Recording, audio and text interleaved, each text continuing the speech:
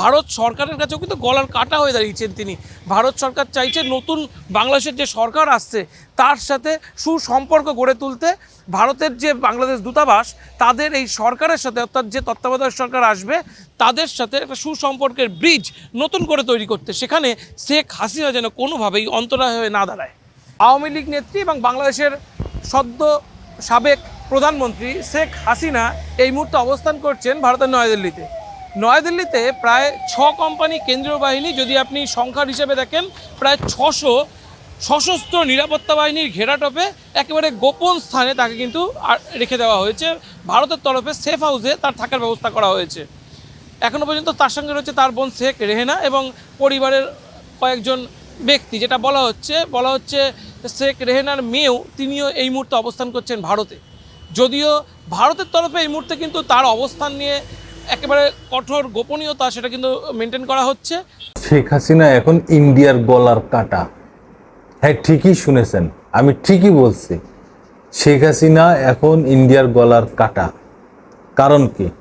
কারণ পৃথিবীর কোনো দেশ তাকে নিচ্ছে না। ইভেন গতকাল শুনলাম যে যুক্তরাষ্ট্র তার ভিসা বাতিল করেছে, তার মানে যুক্তরাষ্ট্র তাকে নিচ্ছে না। আরও শুনেছি যে ব্রিটেন তাকে অ্যাসাইলাম দিচ্ছে না, প্রথম প্রত্যাখ্যান করেছে, এখন সে আবার আপিল করেছে, তারপর একটা পরে। এখন ভারতে, ইন্ডিয়ায় কোনো ব্যবস্থা আছে কি না একটা মানুষকে এইভাবে ভিসা ছাড়া দিনের পর দিন এইভাবে রাখা? আমি জানি না ভারত, ইন্ডিয়ার সরকার কতক্ষণ তাকে এইভাবে রাখবে। খুব ভালো করে, খুব যত্ন করে রেখে দিয়েছে তাদের সেফ হাউসে। আমরা বাংলাদেশের জনগণ ইন্ডিয়ার সরকারের কাছে দাবি জানাই তাকে ফিরিয়ে দেওয়া হোক বাংলাদেশে, এবং এই বাংলাদেশের মাটিতে তার বিচার করা হবে। এই জন্য ইন্ডিয়া সরকারের সাথে আমাদের ভালো সম্পর্ক, বন্ধুত্বপূর্ণ সম্পর্ক। আগে শুনতাম নাকি স্বামী স্ত্রীর মতো সম্পর্ক।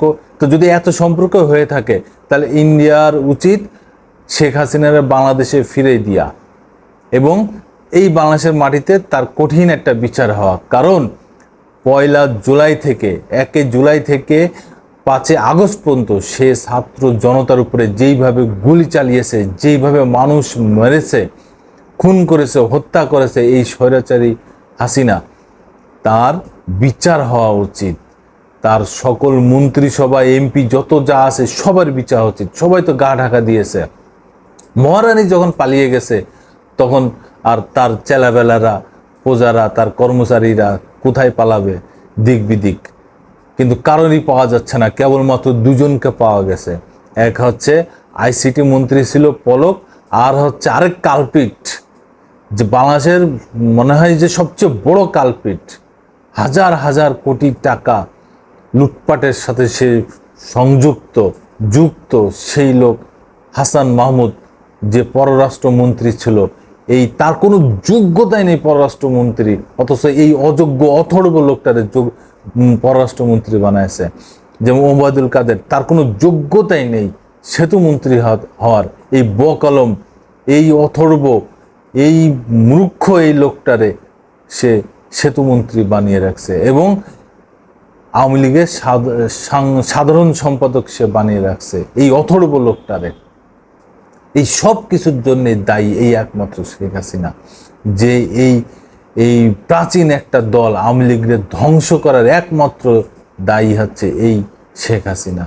আজকে তার বাবার নাম জাতি শ্রদ্ধা ভরে স্মরণ করত, যে জাতির পিতা সেই লোকটারে কি পরিমাণ অপমান করে মাটির সাথে মিশাই, জুতোর মালা গলা পরাই দিয়ে সেই লোকটারে এই হাসিনা, তার শেখ মুজিবুর রহমানের সুযোগ্য উত্তরসূরি সেই শেখ হাসিনা দেশ ছেড়ে পালিয়ে চলে গেল।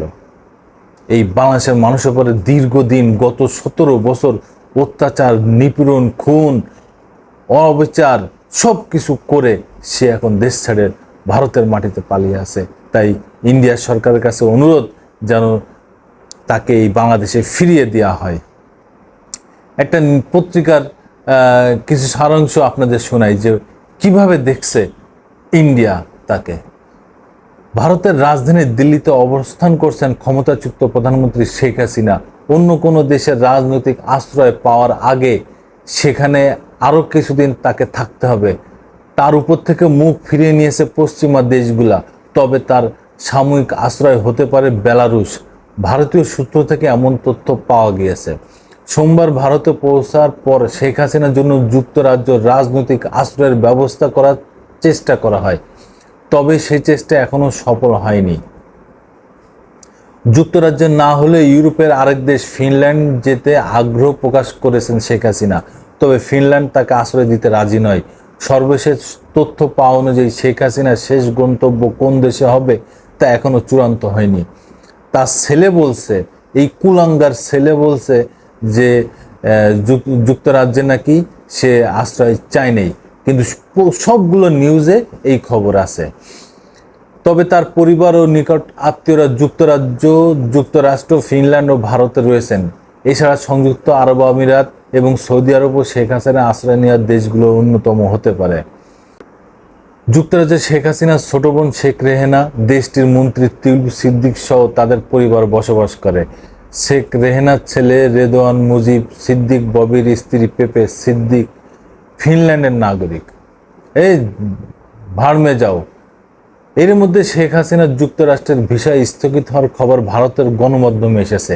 এই বিষয়ে জানতে চাইলে ঢাকার মার্কিন দূতাবাস মুখপাত্র জানান, মার্কিন অনুযায়ী ভিসা সংক্রান্ত তথ্য গোপনীয়, তাই তিনি জানাবেন না।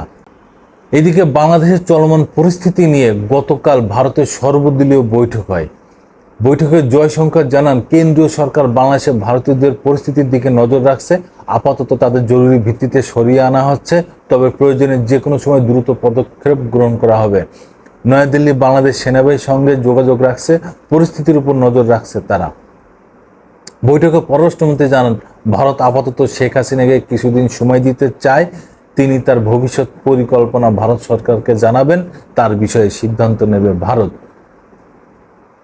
এই ইন্ডিয়াকে বাংলাদেশের মানুষ, বাংলাদেশের জনগণ অনুরোধ জানাচ্ছে যে তাকে যেন বাংলাদেশে ফিরিয়ে দেওয়া হয়। সবাই আমার সাথে একযোগে বলবেন যেন শেখ হাসিনার ইন্ডিয়া থেকে বাংলাদেশে ফেরত দেয়, তার এই দেশের মাটিতেই বিচার হবে। সে আগে পিছে যত অপরাধ করেছে, যত ভালো কাজ করেছে, সব বাদ।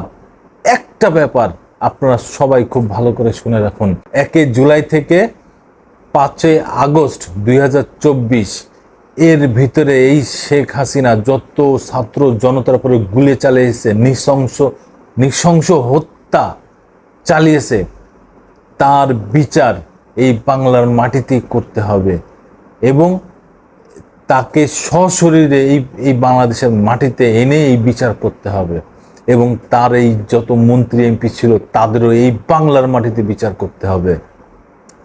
যত প্রশাসনের, যত উচ্চ লেভেলের পুলিশের, যত উচ্চ লেভেলের লোক ছিল, এই নির্দেশদাতা, এই গুলি করার জন্য তারা নির্দেশ দিয়েছে, তারা মাঠে ছিল, তাদেরও এর আওতায় এনে, এই আইনের আওতায় এনে তাদের প্রকাশ্যে বিচার করতে হবে। আমরা সবাই এই বিচার চাই, বিচার চাই, বিচার চাই। ধন্যবাদ এতক্ষণ আমার কথা শোনার জন্য, আপনাদের ধন্যবাদ। আমি প্রিন্স আবারও আসবো নতুন কোনো ঘটনা নিয়ে, নতুন কোনো সংবাদ আপনাদের জানাইতে।